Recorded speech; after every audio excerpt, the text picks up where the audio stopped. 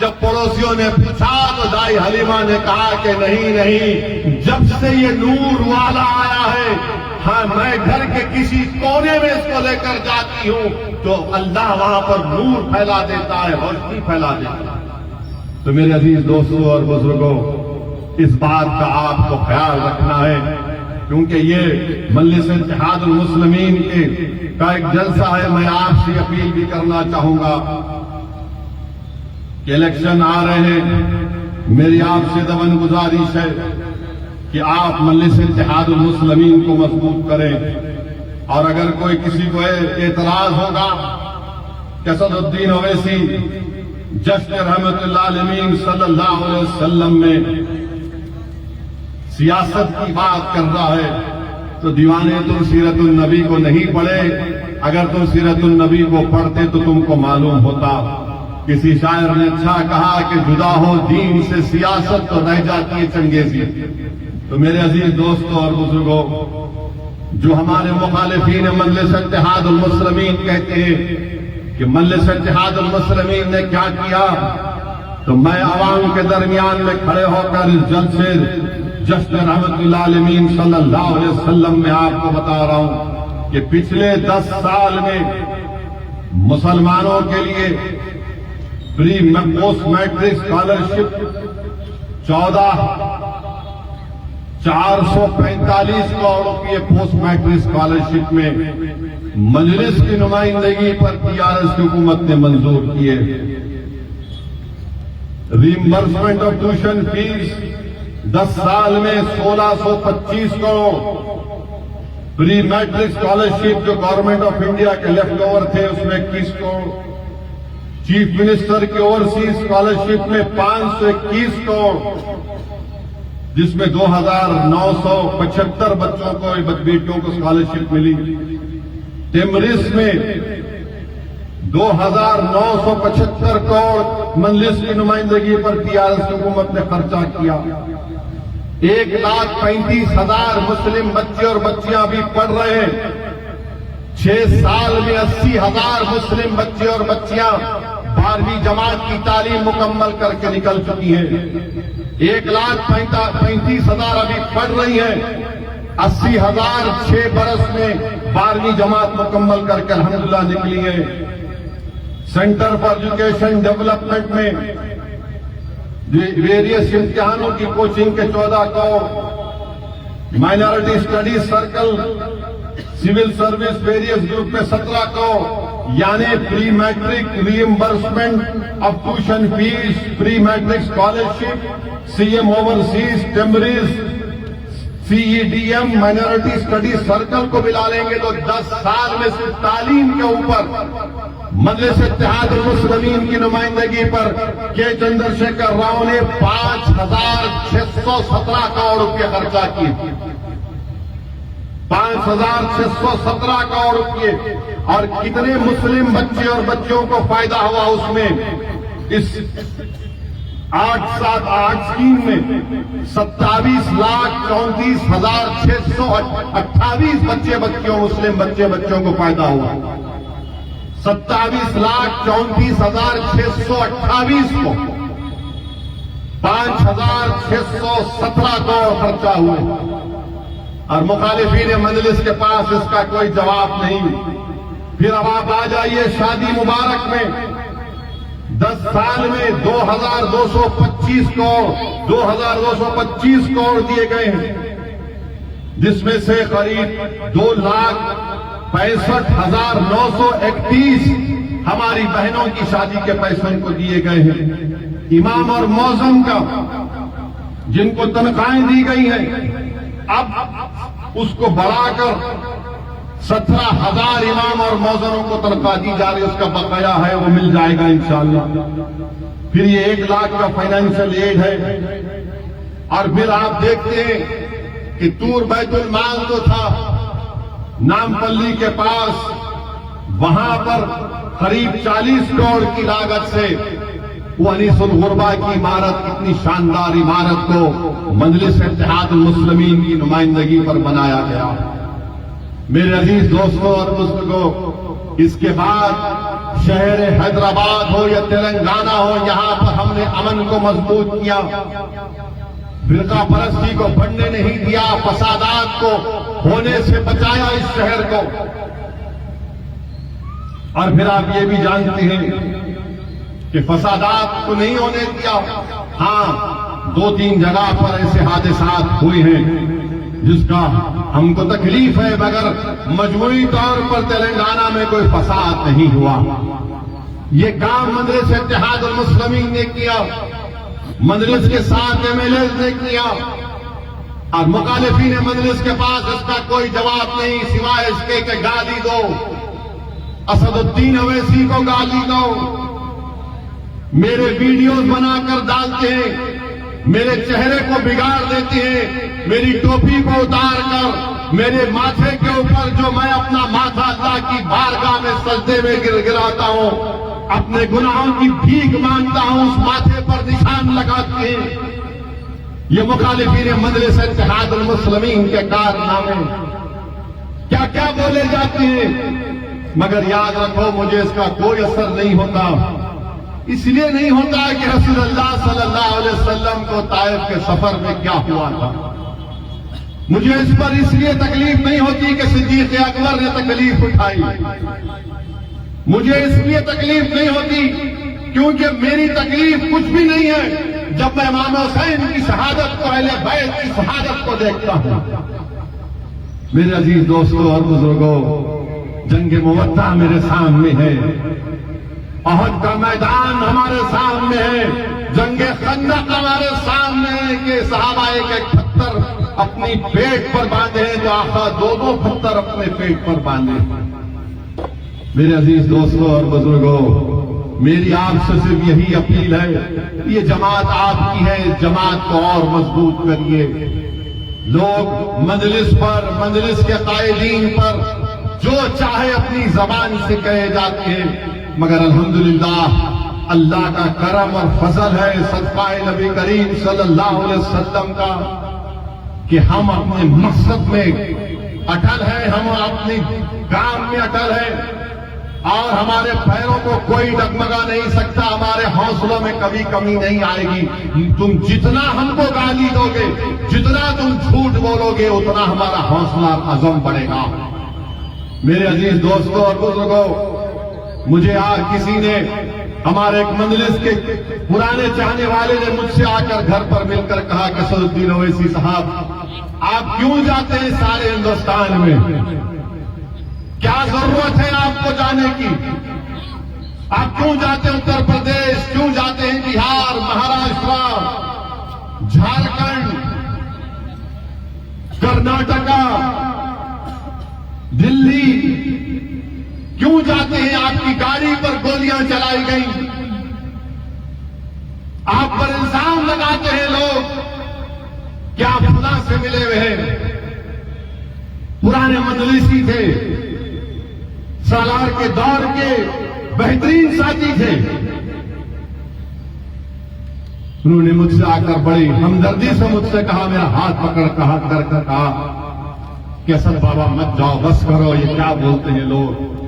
تو میں نے ان سے کہا کہ آپ کی ہر بات کو میں اپنے بڑی عزت سے اپنی نگاہوں پر رکھتا ہوں۔ میں نے ان سے کہا کہ میں نے ایک بہت بڑے عالم دین سے سنا کہ امام حسین کربلا کیوں گئے تھے،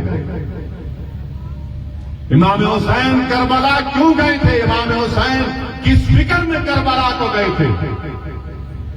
میں نے اس پرانے ہمارے مجلس کے قائد سے کہا کہ امام حسین ایک فکر لے کر گئے تھے، امام حسین نے ایک پیغام دیا ہم تمام کو کہ ظالم کے آگے نہیں جھکنا، ناانصافی کے خلاف آواز اٹھانا، مظلوم کا ساتھ دینا، طاقت کے آگے سر نہیں جھکانا، اپنے حق کے لیے سچا اگر سچ ہو، حق پر ہو تو لڑو، مقابلہ کرو۔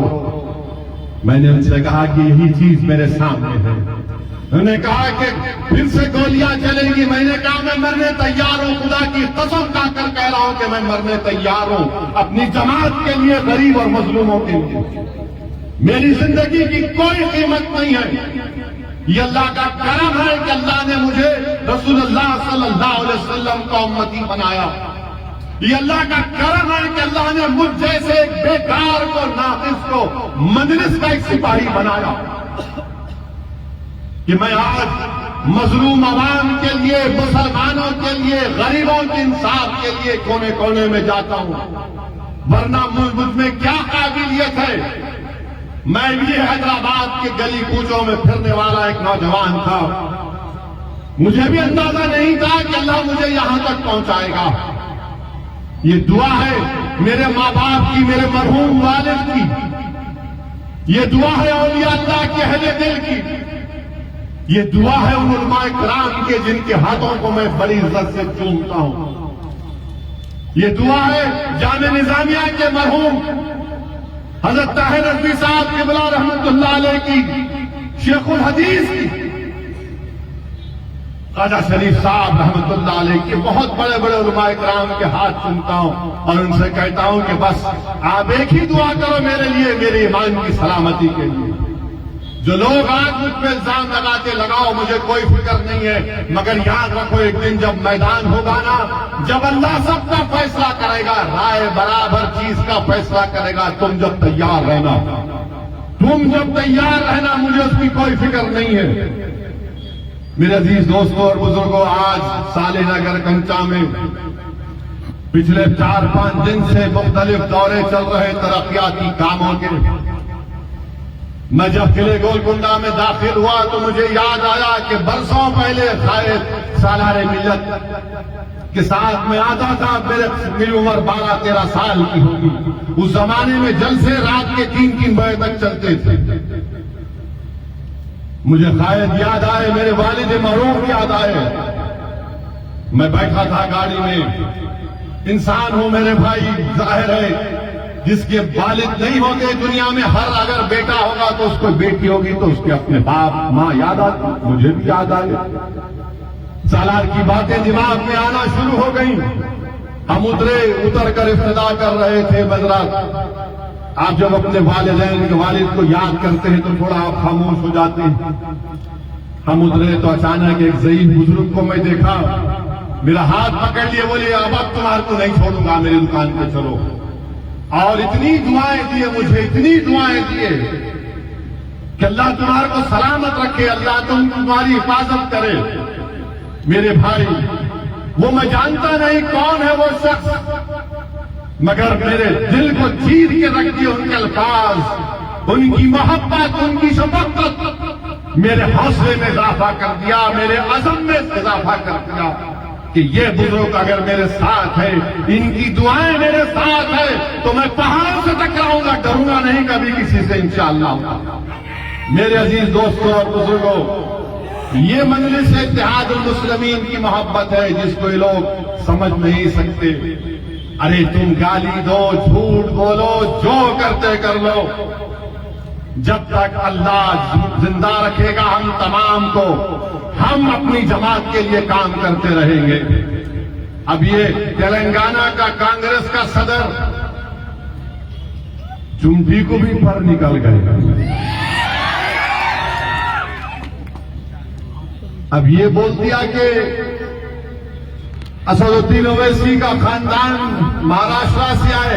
ارے دیوانے، ہم مہاراشٹر سے نہیں آئے، ہم بابا آدم یہاں پر آئے تو ان کے ہمارے ابا انہوں ہیں.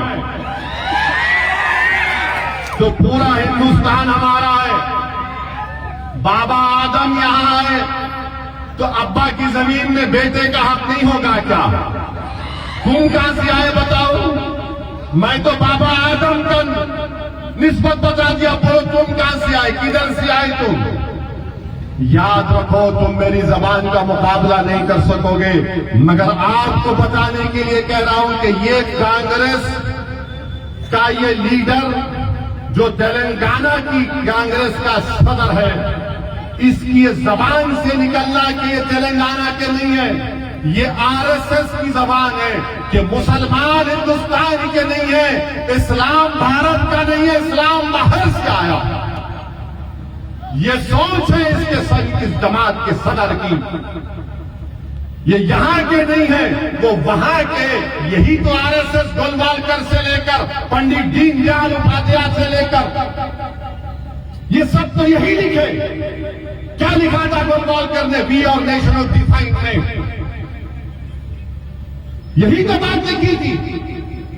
آر ایس ایس کے سر سنچالک کے بیانات پڑھ لو آپ پچھلے 40 سال 50 سال پرانے، وہ یہ کہتے ہیں کہ مسلمان اسلام اس ملک کا نہیں ہے، باہر سے آئے. تو وہی زبان میں یہ کہہ رہا ہے کبوتر.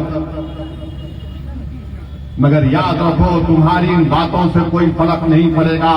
ہاں تم نے تمہارے دل اور دماغ پہ جو نفرت ہے مسلمانوں کے لیے تم نے ظاہر کر دیا. تلنگانہ کے تمام مسلمانوں کو بتا دیا کہ تم بولو گے تو گولوالکر کی زبان میں بولو گے، تم بولو گے تو دین دیال اپادھیائے کی زبان میں بولو گے، تم بولو گے تو آر ایس ایس کی کتابوں میں جو زہر لکھا گیا اس کو تم اپنی زبان سے بولو گے.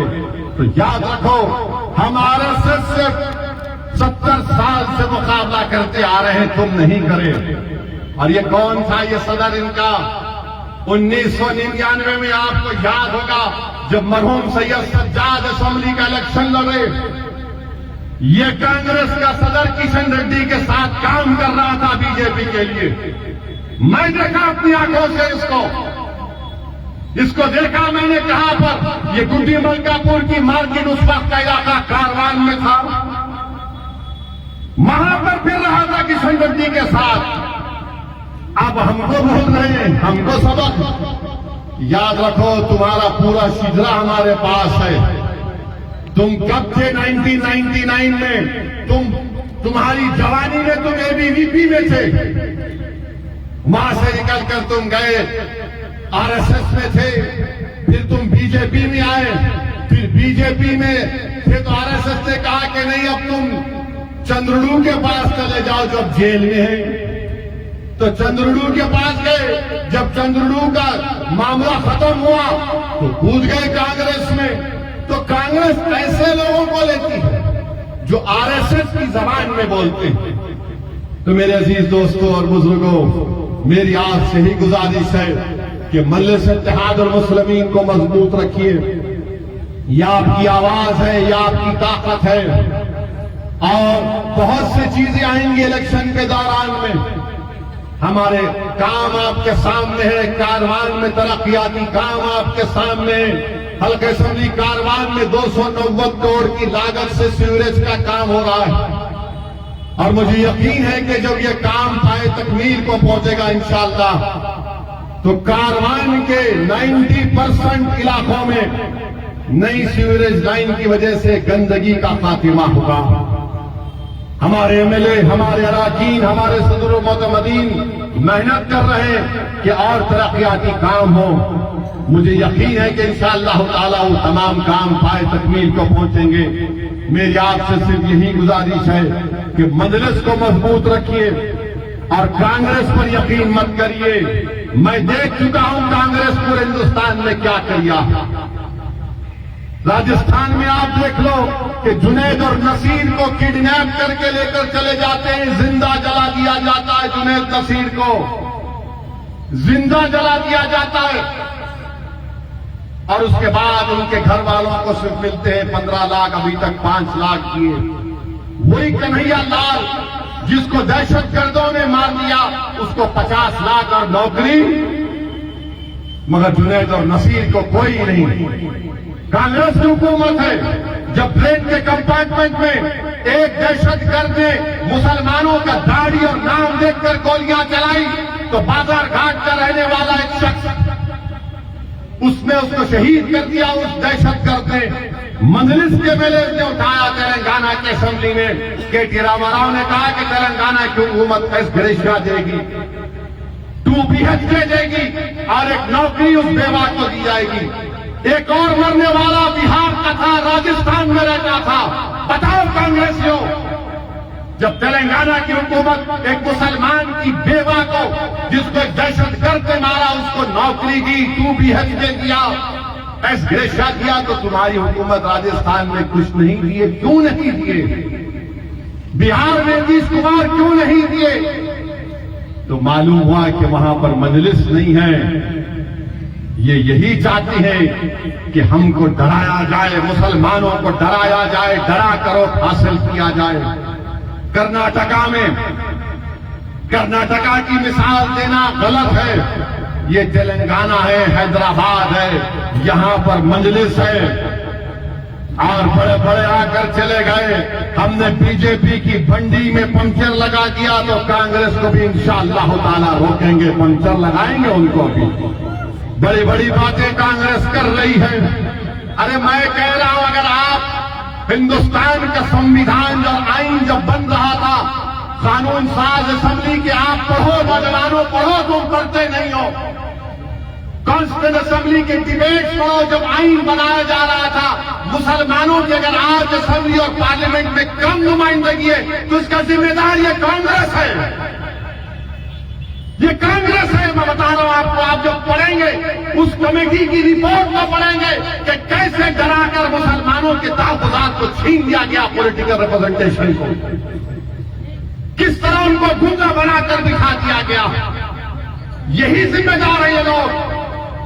اگر آج ہمارے پاس بھارت کے مسلمانوں کے پاس پولیٹیکل ریپرزنٹیشن نہیں ہے تو اس کا ذمہ دار نہرو اور سردار پٹیل ہے. میں جانتا ہوں کہ میڈیا اس کو اچھالے گا, مگر چیلنج کے ساتھ کہہ رہا ہوں, کانسٹیٹیوشن اسمبلی کے ڈیبیٹس ہے, کس طریقے سے ان کو دھوکہ دیا گیا. ارے آج تلنگانہ میں 2000 کروڑ کا بجٹ ہے وزارت اقلیتی بہبود کا. تمہارے راجستھان میں کیا ہے, 250 کروڑ. اتنے ہی مسلمان ہیں, 250 کروڑ ہے. میرے عزیز دوستوں اور بزرگوں, اور ہمارے وزیر اعظم تلنگانہ کو آئے, عجیب وزیر اعظم. ایک طرف یہ بولتے, ایک طرف یہ بھی بولتے. یہ بولتی ہے کہ کے سی آر نے کرناٹکا کے الیکشن میں کانگریس کو پیسے دیے. ارے گھڑی میں تاشا, گھڑی میں ماشا, کیا ہے موڈی جی؟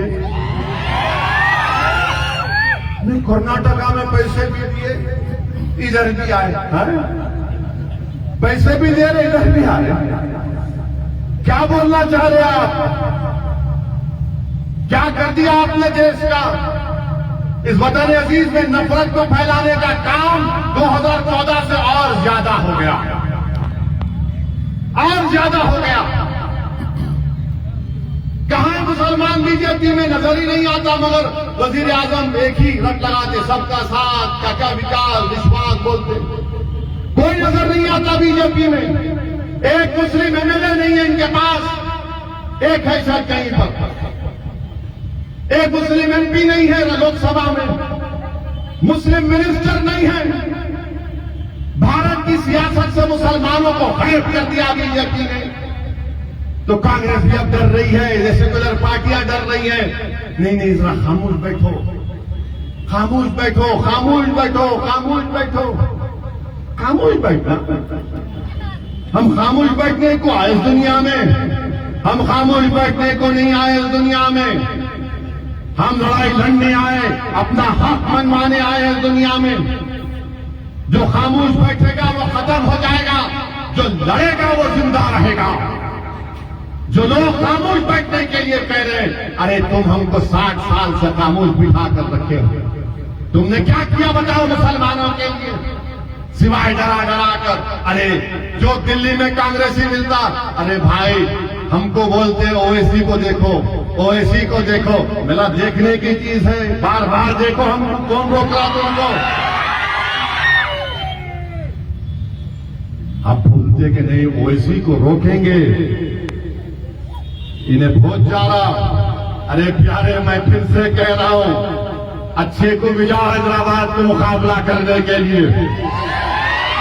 تمہارا پیارا اگر تیار نہیں ہے تو کسی اور کو تیار کرو, مگر یاد رکھو اسمبلی کے الیکشن میں انشاءاللہ تعالی مجلس نے جو پالیسی اور فیصلہ لیا ہے, تلنگانہ کی عوام اللہ کے فضل و کرم سے اس کی تائید کرے گی اور مجلس اس میں کامیاب ہوگی.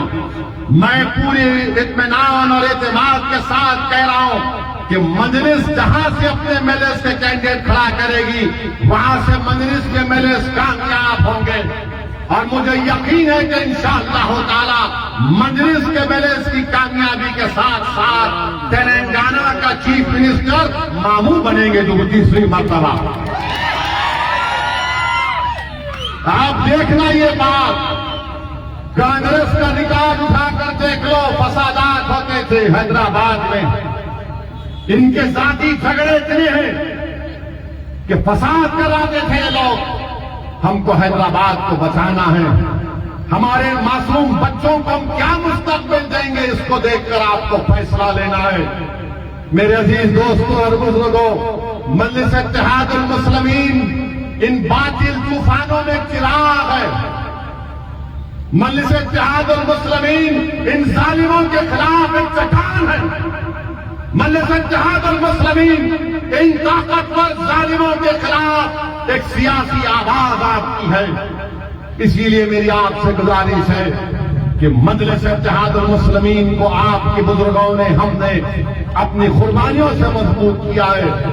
مجلس کو مضبوط کریے اور دعا بھی کریے کہ اللہ سبحانہ و تعالی نبی کریم صلی اللہ علیہ وسلم کے صدقے طفیل میں اللہ مجلس اتحاد المسلمین کو اس اسمبلی الیکشن میں موجودہ 7 MLA اور اس کے ساتھ جہاں کہیں گے ہمارے امیدوار کھڑے رہیں گے، اللہ ان تمام کو MLA منتخب کرے، اور اللہ جہاں پر مجلس نے فیصلہ کیا اللہ اس فیصلے میں برکت دے، اور مجلس کے فیصلے کو اللہ سبحانہ و تعالیٰ اس میں کامیابی سے امکنار کرے۔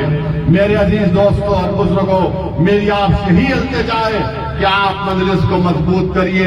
انشاءاللہ تعالیٰ الیکشن ہوں گے اور بھی جلسے ہوں گے، مگر میرا مقصد یہی ہے کہ آپ کے سامنے اپیل کروں، اور جسد رحمت اللہ عالمین صلی اللہ علیہ وسلم ہے، ہم رسول اللہ صلی اللہ علیہ وسلم کے غلام ہیں۔ اللہ نبی کریم صلی اللہ علیہ وسلم کے صدقے طفیل میں ہم تمام کو ان ظالموں سے اللہ محفوظ رکھے۔ اللہ سبحانہ و تعالیٰ اپنے فضل اور کرم سے ہمارے جان اور مال، ہمارے ایمان، ہمارے مسجدوں کو، ہمارے گھروں کو، ہماری بیٹیوں کو، ہمارے نوجوانوں کو اللہ بچا کر رکھے۔ اللہ ان کو طاقتور بنائے، اللہ ان کو نیک بنائے، تاکہ یہ قوم اور ملک کا مستقبل اچھا سنوار سکے۔ وآخر دعوانا الحمدللہ رب العالمین۔